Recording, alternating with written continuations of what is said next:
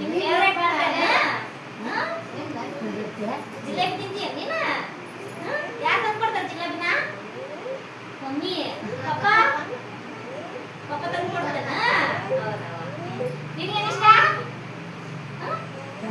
ಪೂರಿ ಇಷ್ಟ ಏನಕ್ಕೆ ಪೂರಿ ಇಷ್ಟ ಪೂರಿ ಅಂದ್ರೆ ಭಾಳ ಇಷ್ಟ ಅದು ತಿಂತೀಯ ಜಗ್ಗು ನಿನಗಮ್ಮ